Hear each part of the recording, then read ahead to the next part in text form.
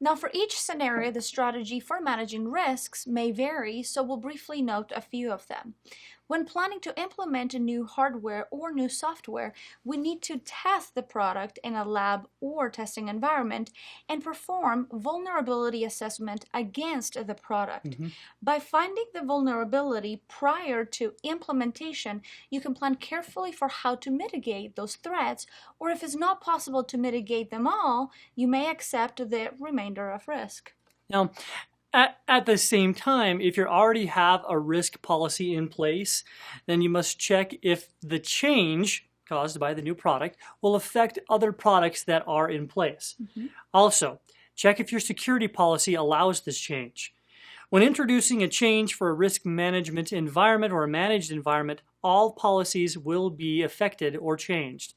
Now, your IS department should carefully apply the changes to any related policy and notify all the personnel that have relation in planning or conducting these policies.